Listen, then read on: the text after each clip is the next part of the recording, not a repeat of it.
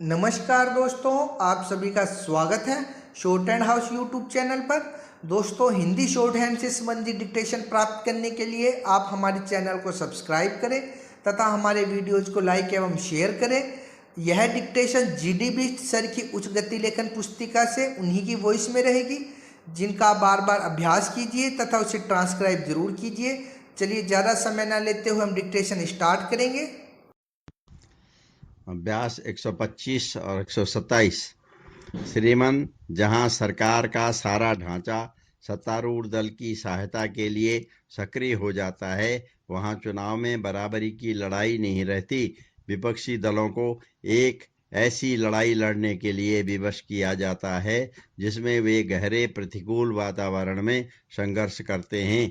इस सदन में कई बार चर्चा हो चुकी है कि चुनाव में मंत्रियों को वायुसेना के विमान, हेलीकॉप्टर व अन्य वाहनों का उपयोग करने का अधिकार नहीं होना चाहिए। जो संयुक्त प्रवर समिति बनी थी चुनाव कानून में संशोधन करने के लिए, उसने भी इस प्रश्न पर विचार किया, लेकिन बहुमत की रिपोर्ट यह है कि सरकारी साधनों का दुरुपयोग राजनीतिक दलों में मतैक्य से रोका जा सकता है। एक परंपरा विकसित की जानी चाहिए जिससे इस तरह के साधनों का दुरुपयोग न हो। सत्तारूढ़ दल कानून के द्वारा इस भ्रष्ट आचरण को रोकने के लिए तैयार नहीं है।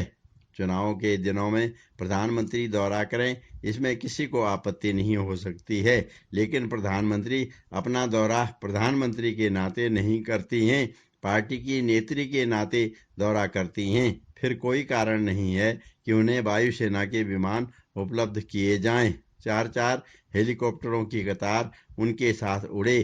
पीडब्ल्यूडी मंचों की व्यवस्था करे और बैठने की व्यवस्था पुलिस के जिम्मे हो।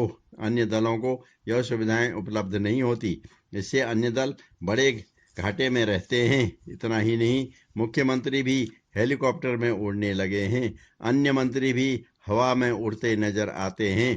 कानपुर से उन्नाव जिसकी दूरी 13 मील है, उसके लिए उत्तर प्रदेश के मुख्यमंत्री हेलीकॉप्टर का प्रयोग करते थे।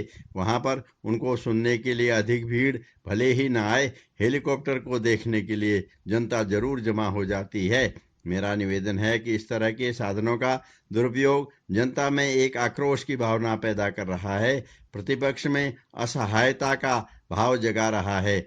उसके मन में यह रोष उत्पन्न कर रहा है कि चुनाव की लड़ाई बराबर की लड़ाई नहीं है और जो दल एक बार सत्तारूढ़ हो गया हो वह सत्ता हाथ में बनाए रखने के लिए सब कुछ उपाय करेगा। जहां तक परंपरा को विकसित करने का सवाल है, सरकार ने ऐसी परंपरा का विकास करने के लिए क्या किया है? क्या राजनीतिक दलों के प्रतिनिधियों की बैठक बुलाई गई?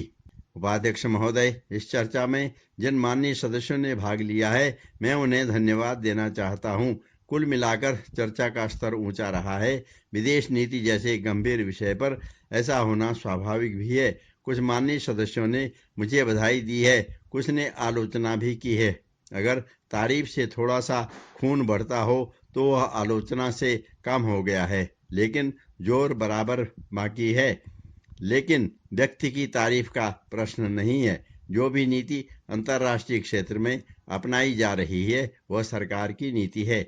एक कदम आगे बढ़कर मैं कहना चाहूंगा कि वह किसी दल की नीति नहीं है, वह सारे राष्ट्र की नीति है। विदेश नीति के सवाल पर थोड़े बहुत मतभेद होते रहे हैं। लोकतंत्र में मतभेद स्वाभाविक है। एक मात्रा में मतभेद आवश्यक हैं। मुंडे मुंडे मत भिन्न। लेकिन जहां तक संसार के शक्ति गुटों से अलग रहकर अंतर्राष्ट्रीय गुण तथा दोषों के आधार पर अलग रहने का सवाल है, यह नीति हमारे स्वतंत्रता संग्राम के आदर्शों से अनुप्राणित है। सचमुच में यह नीति अंतर्राष्ट्रीय क्षेत्र में हमारी घरेलू आजादी का विस्तार है।